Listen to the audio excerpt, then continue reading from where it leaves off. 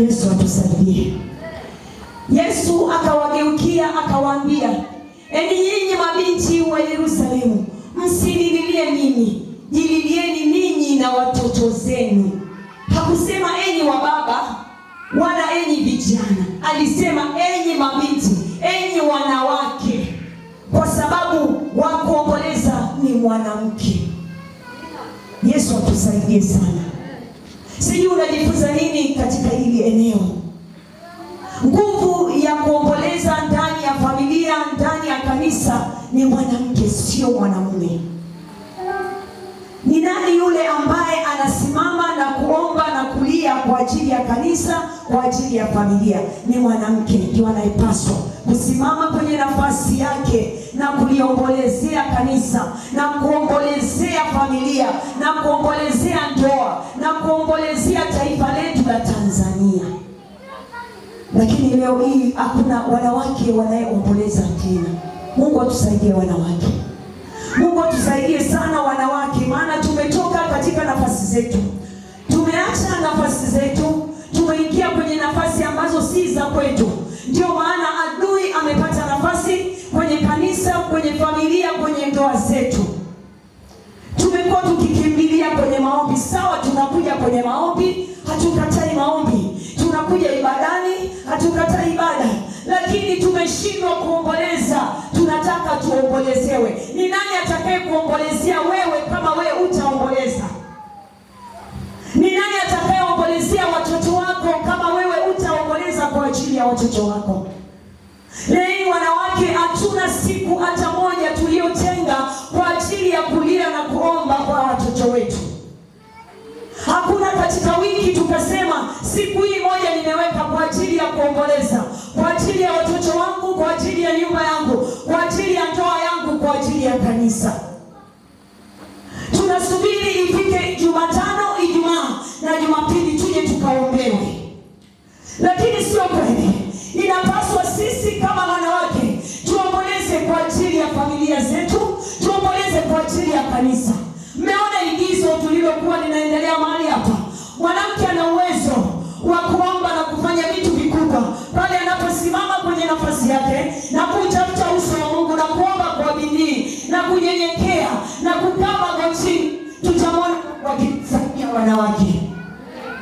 Lakini leo wanawake, familia zetu zina mateso, watoto wetu wana mateso, vijana wetu walioko ndani ya kanisa wanakosa mwelekeo kwa sababu wakina mama tumesimama kwenye nafasi yetu. Tumeshindwa hata kuweka siku moja ndani ya kanisa tukasema wakina mama, hii siku ni kwa ajili ya kuomboleza, kwa ajili ya vijana wetu walioko ndani ya kanisa, kwa ajili ya madhabahu, kwa ajili ya huduma, kwa ajili ya mtumishi wa Mungu. Tumekaa tunamtegemea mtumishi wa Mungu peke yake asimame na kulibeba kanisa.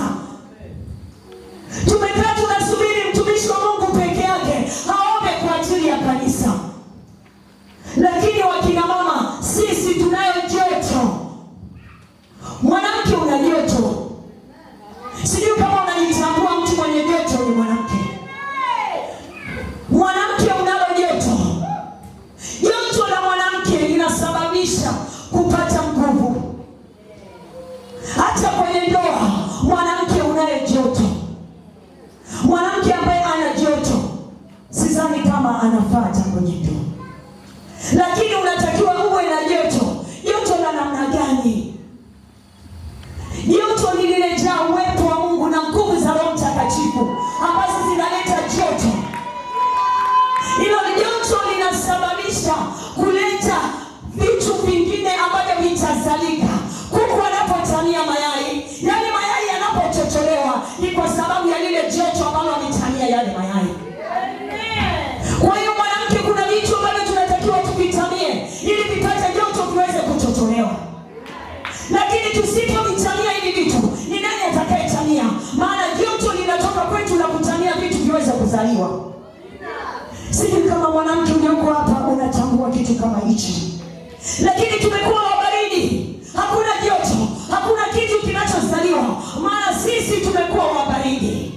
Watoto wetu wamekuwa wabaridi. Vijana wetu wamekuwa wabaridi. Waume zetu wamekuwa wabaridi. Makanisa yamekuwa ya baridi. Tunategemea nguvu moja ya mtumishi wa Mungu.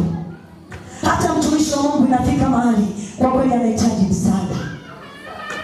Sijui mnaonaje wanawake ambao mmekubali mkavaa sare siku ya leo, tukaungana pamoja, alafu tukamweka mtumishi wa Mungu katikati, tukaiweka madhabahu. Sijui unafikiri ni joto la namna gani litakuwepo?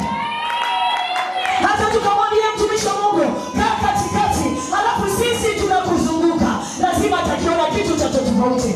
Utakuwepo joto, atajisikia joto, atajisikia joto, atajivunia wanawake alionao ndani ya kanisa. Lakini leo wanawake tuko wapi sisi? Tumeishia nje, tukipambana na mambo yetu ambayo hatuyawezi, tukijidai tunaweza, lakini hatuwezi. Hatuwezi kitu chochote. Tumebaki tunateseka. Tumemwacha Mungu. Tumeacha nafasi zetu. Tumeacha kumtumikia Mungu. Tumetoka nje ya utumishi wa Mungu. Mungu atusaidie wanawake. Mungu atusaidie, afungue masikio yetu na akili na fahamu zetu ili tuweze kujitambua, kusimama kwenye nafasi zetu na kuweza kumtumikia Mungu kwa uaminifu. Mungu atusaidie sana wanawake. Wanawake tumemwacha Mungu. Wanawake tumeacha na kazi ya Mungu. Tumeacha nafasi zetu. Kama tukimwacha Mungu hata kwenye ndoa zetu hatutaweza. Kama tukimwacha Mungu hata kulea watoto wetu hatutaweza. Igizo limetuonyesha hapa. Huyu mama alipoinuka na kukimbilia kwenye madhabahu, ndipo alipata msaada kwa watoto wake. Wamama walipokaa na kumwomba Mungu, waliweza kumsaidia. Lakini leo hatuwezi tukasaidia familia zetu, maana sisi tumekuwa tukijishughulisha na mambo yetu bila kujua Mungu ndiye anapaswa kujishughulisha. Hatukatai kufanya kazi, lakini fanya kazi pamoja na kumtumikia Mungu. Fanya kazi na kutafuta uso wa Mungu. Tumekuwa tukisubiri tu ibada kanisani, lakini tunaambia ibada njema inaanzia nyumbani. Tumekosa hata ushuhuda manyumbani mwetu. Haijulikani mwanamke aliyeokoka na mwanamke ambaye hajaokoka. Wote tumekuwa ni kitu kimoja. Tumekuwa tukitengwa hata na madhabahu ambazo sio madhabahu za Mungu. Mungu atusaidie wana wa Alfa na Omega. Mungu atusaidie wamama wa Alfa na Omega. Mahali tutakapokuwepo tuwe na ushuhuda. Mahali tutakapokuwepo pawe na mabadiliko. Tusitekwe, tusishikiliwe. Mungu atusaidie. Mungu atusaidie sana. Ninatamani wanawake wa Alfa na Omega tukafanyike ushuhuda mahali tutakapokuwepo. Tusikubali tukakaa kwenye viringi vya umbea, kupoteza nafasi, tukaacha kumtumikia Mungu. Hebu kama una kazi, ingia nyumbani kwako, chumbani, utafute uso wa Mungu. Muombe Mungu, piga magoti, mwite Mungu. Usikubali kukaa mahali ambapo hakuna kazi ya Mungu inayofanyika wala hakuna kazi ya manufaa yako. Fanya kazi kwako, umechoka, ingia chumbani kwako, utafute uso wa Mungu. Tafuta uso wa Mungu. Umechoka, njoo mahali hapo kwa utafute uso wa Mungu. Mungu atatusaidia. Napenda niseme kitu kidogo. Nyumbani tulikuwa mahali hapa. Nilikuwa na Sofia. Mama naambiwa Sofia mama baba. Tulikuja mahali hapa na huyu mama. Tulipofika mahali hapa, tulikuwa tuko wawili tunawasubiri wamama wafike mahali hapa. Lakini wakati tunawasubiri, nikasikia rohoni, Roho Mtakatifu akitokota ndani yangu, akiniambia tuombe. Nikamwambia Sofia, hebu kwa nini tusifanye maombi wakati tunawasubiri hao wakina mama? Tukaingia kumwomba Mungu. Nikamwambia tuombe kwa ajili ya kanisa, tuombe kwa ajili ya wakina mama, tuombe pia kwa ajili ya ndoa zetu na watoto wetu. Wakati tunamwomba Mungu, kweli tuliona uwepo wa Mungu ulishuka wa ajabu sana. Tukaomba tukutaka kukatiza yale maombi. Tukaomba ilikuwa kuanzia saa 7 au saa 8 mpaka saa 9:30. Nikaondoka mahali hapa nikaenda nyumbani. Nilipofika nyumbani, nataka nielezee nguvu ya maombi, ambapo mahali wanawake wamepatana kwa ajili ya kutafuta uso wa Mungu. Mungu anakubaliana na mapatano na huwa yupo katikati ya mapatano. Yale maombi tuliyofanya mahali hapa hayakuwa maombi ya kawaida. Mungu atusaidie. Mungu atusaidie tuweze kuwa na masikio ya rohoni. Tuweze kuisikia sauti ya Mungu na Roho Mtakatifu akisema nasi ili tuweze kutambua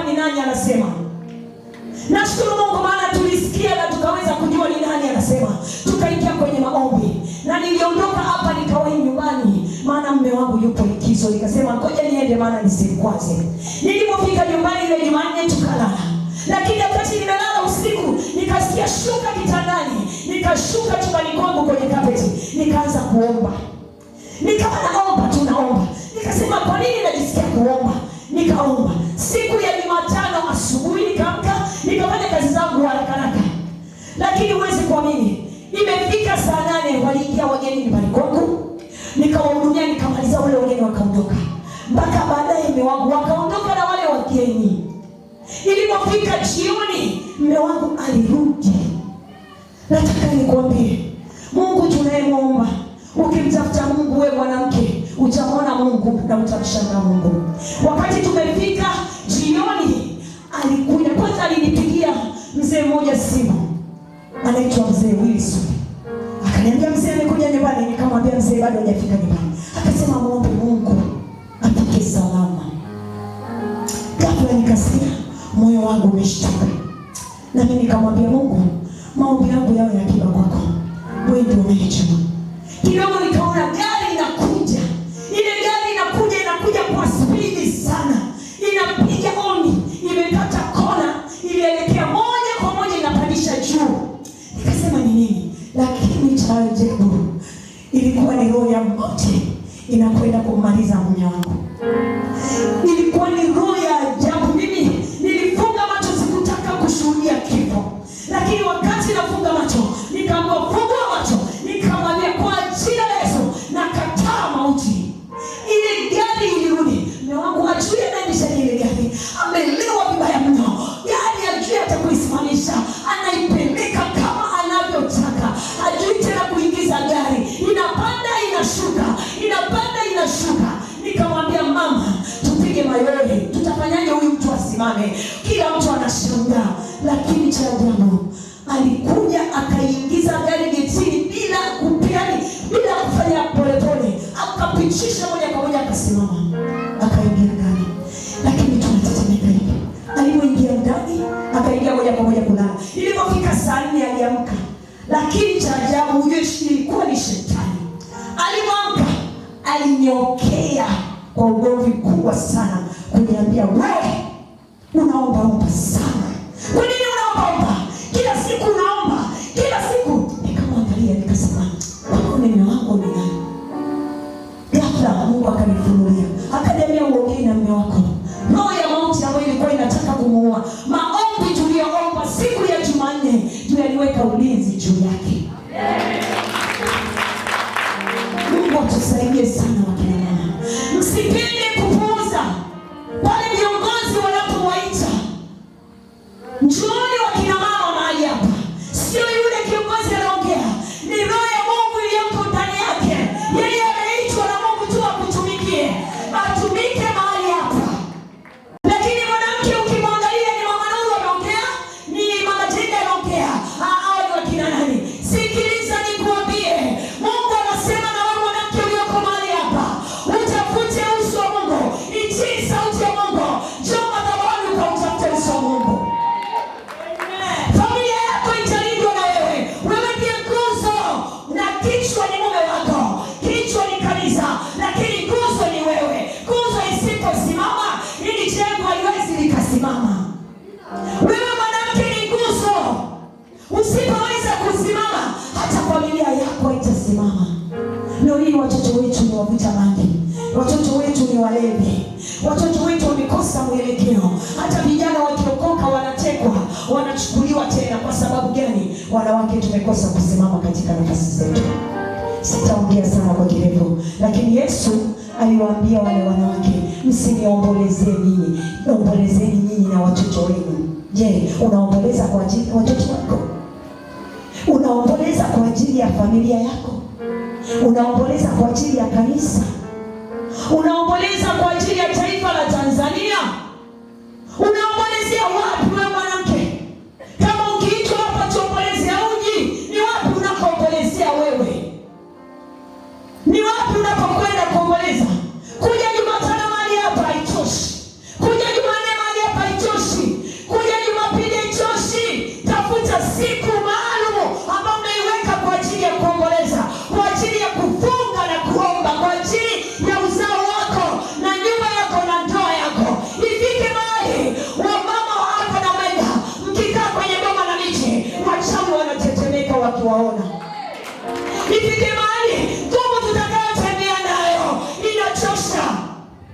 Kwa sababu gani? Tumejaa nguvu ya maombi ya kufunga na kuomba. Hatujajaa nguvu ya maneno, hatujajaa nguvu ya umbea, hatujajaa nguvu ya masengenyo. Tujae nguvu ya maombi, nguvu za Roho Mtakatifu ambazo tukipita tukitembea kila mahali Mungu ataonekana ndani yetu. Mungu atusaidie. Ninatamani sana tukipita mahali tuonekane yule ni mwanamke wa Alfa na Omega. Tuko tofauti na wanawake wengine, tukianzia rohoni mpaka nje ya mwili. Mungu atusaidie. Mungu atusaidie sana ili tuweze kumtumikia Mungu katika nafasi zetu.